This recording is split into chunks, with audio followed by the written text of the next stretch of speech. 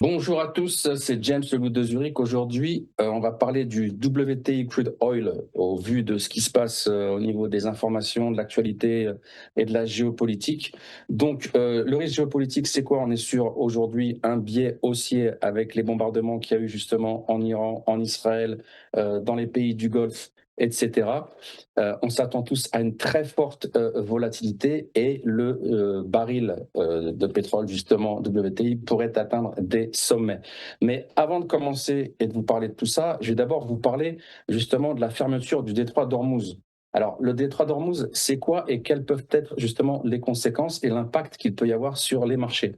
Ce qu'il faut savoir, c'est que le détroit d'Ormuz, c'est une petite zone d'environ 33 à 34 km, d'accord, entre l'Iran, Oman et les Émirats.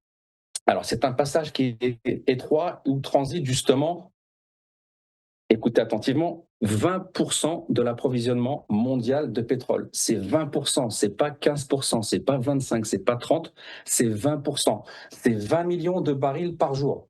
D'accord? Alors, tout ce pétrole, justement, qui transite par le détroit d'Ormuz, il provient d'où? Alors, ce pétrole, justement, provient de 8 pays, les 8 pays suivants: l'Iran, l'Irak, l'Arabie Saoudite, le Koweït, Bahreïn, le Qatar et les Émirats. Alors, quels sont justement, ce qu'il faut savoir aussi, c'est que 90% justement de leur pétrole passe par le détroit d'Ormuz. 90% de leur pétrole passe par le détroit d'Ormuz. Quels sont les pays qui seront impactés directement par la fermeture du détroit d'Ormuz? C'est très simple. Le premier pays, bien sûr, c'est l'Arabie Saoudite. Pourquoi l'Arabie Saoudite? Parce que 80 à 90% de leur pétrole passe, d'accord, par ce détroit et fait partie de leur business, donc de leurs recettes. D'accord. Ensuite, le pays le plus proche qui serait impacté, c'est l'Inde. Puis ensuite, la Chine. Alors l'Inde, pourquoi? Parce que ce qu'il faut savoir, c'est que 85% de leur pétrole est importé justement de ces pays et passe par le détroit d'Ormuz. La Chine, c'est 40-45%.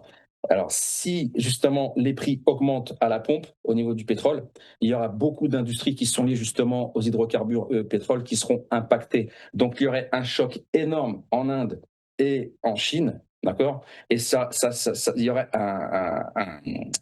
un effet sur justement un effet boomerang sur les pays occidentaux, d'accord. Et l'économie mondiale justement serait en danger. Donc faites attention parce qu'il y aurait des pertes d'emplois et l'économie pourrait être fortement impactée. Donc sur les analyses sur 6 à 18 mois, le consensus des analystes, le IA et les banques reste sur un baril moyen autour de 55-65 dollars, si bien sûr il y a une désescalade et si l'offre mondiale demeure abondante, d'accord.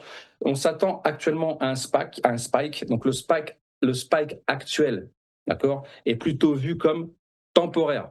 Spike temporaire, d'accord.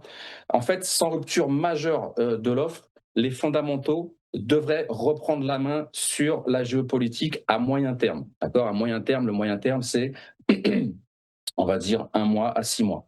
D'accord.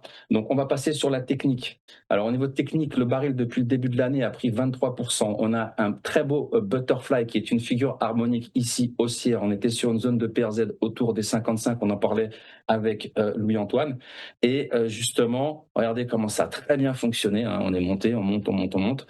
On a eu un petit spike ici sur une journée. On est passé de 67 à au plus haut 75, donc on a eu un petit spike de 12% en un jour, hein.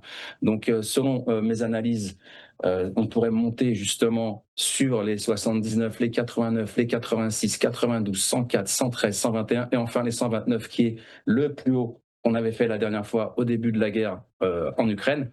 Si toutefois il y a une désescalade, on pourrait aller rechercher ce gap autour des 67, 68, ensuite des 65, 62, 60. Toutes les targets sont indiquées sur mon graphique et au plus bas, ça serait la zone toujours de PRZ autour des 55 et 53 dollars. Voilà, c'était mon analyse sur le pétrole. Ce que je peux vous dire, c'est que ce que je fais là, c'est de l'information, ce n'est pas du conseil. Ce que vous pouvez éventuellement faire, c'est acheter des calls. Quand vous achetez des calls, vous connaissez votre risque parce que vous payez une prime. Le risque est calculé et le gain est illimité. Ou alors, si vous préférez travailler sur le cash, vous achetez et vous mettez un stop selon votre management. N'oubliez pas que trader comporte des risques, que vous êtes responsable de vos trades et que plus de 75% des traders perdent en bourse. C'était le Loup de Zurich. Bonne journée à tous. Paka paka.